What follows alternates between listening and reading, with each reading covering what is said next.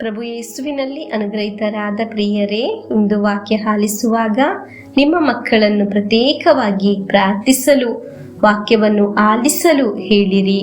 ಪ್ರಾರ್ಥಿಸುವಾಗ, ವಾಕ್ಯ ಆಲಿಸುವಾಗ ನಾವು ಏನಾಗಿ ಮಾರ್ಪಡುತ್ತಿದ್ದೇವೆ ಎಂದು ನಿಮಗೆ ಗೊತ್ತೇ?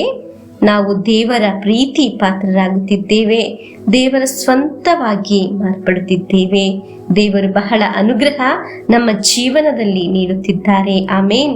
ಪ್ರಿಯರೇ, ನಮ್ಮ ಕನಸಿನಲ್ಲಿ ಇರುವ ಪ್ರಾರ್ಥನೆ ಸಹ ಅನುಗ್ರಹವಾಗುತ್ತದೆ. ಧಾರಾಳ ಬಿತ್ತುವವನು ಧಾರಾಳವಾಗಿ ಕೊಯ್ಯುತ್ತಾನೆ. ಪ್ರಾರ್ಥಿಸುವ ನಾವು ದೇವರ ಅನುಗ್ರಹವನ್ನು ಬಿತ್ತುವವರು ಆಗಿದ್ದೇವೆ. ಆಮೇನ್. ಧಾರಾಳವಾಗಿ ತಲೆಮಾರಿಗೆ ಅನುಗ್ರಹ ಕೊಯ್ಯಲು ಸಾಧ್ಯ. ಇಂದು ಆಲಿಸುವ ದೇವರ ವಾಕ್ಯ ಪ್ರವಾದಿ ಯೆಶಾಯನ ಗ್ರಂಥ 54ನೇ ಅಧ್ಯಾಯ 17ನೇ ವಾಕ್ಯವನ್ನು ನಮಗೆ ಆಲಿಸೋಣ. ಸಫಲವಾಗದು ನಿನ್ನ ವಿರುದ್ಧ ಪ್ರಯೋಗಿಸಿದ ಆಯುಧ, ನ್ಯಾಯಸ್ಥಾನದಲ್ಲಿ ನಿನ್ನ ಪ್ರತಿವಾದಿ ಪಡೆವನು ಅಪಜಯ. ನನ್ನ ದಾಸನನ್ನು ರಕ್ಷಿಸಿ ಆತನಿಗೆ ನೀಡುವೆ ವಿಜಯ. ಇದು ಸರ್ವೇಶ್ವರನ ವಾಕ್ಯ. ಪ್ರಿಯರೇ, ದೇವರ ನುಡಿಯಾಗಿದೆ ನಾವು ಆಲಿಸಿದ್ದು. ಪ್ರಿಯರೇ, ನಿನ್ನ ಭವಿಷ್ಯವನ್ನು, ಉಳಿತನ್ನು, ಉಪದ್ರವ ನೀಡಲು ಆಗ್ರಹಿಸಿ ನೀನು ತಲುಪುವ ಜಾಗಕ್ಕೆ ತಲುಪದೇ ಇರಲು, ನಿನ್ನ ಭವಿಷ್ಯವನ್ನು ಹಾಳು ಮಾಡಲು ಕಿಡುಕಿನ ಶಕ್ತಿಯು ಆಯುಧವನ್ನು ಪ್ರಯೋಗಿಸುತ್ತದೆ.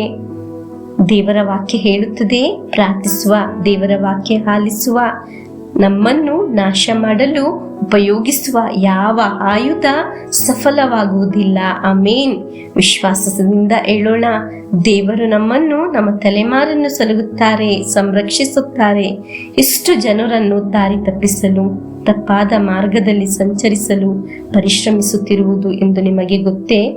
ಇಷ್ಟು ಕುಟುಂಬ ಹೀಗೆ ದುಃಖದಲ್ಲಿದ್ದಾರೆ ಎಂದು ನಿಮಗೆ ಗೊತ್ತೇ?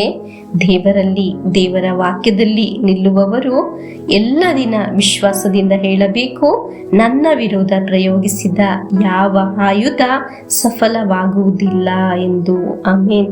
ಕಾರಣ, ನನ್ನನ್ನು, ನನ್ನ ಕುಟುಂಬವನ್ನು ನಡೆಸುವುದು ದೇವರಾಗಿದ್ದಾರೆ. ಹಲ್ಲೆಲೂಯಾ. ದೇವರಲ್ಲಿ, ದೇವರ ವಾಕ್ಯದಲ್ಲಿ ನಿಲ್ಲುವ ಒಂದು ವ್ಯಕ್ತಿ ತಲುಪುವ ಜಾಗಕ್ಕೆ ದೇವರು ತಲುಪಿಸುತ್ತಾರೆ. ಆಮೇನ್. ಹಲ್ಲೆಲೂಯಾ.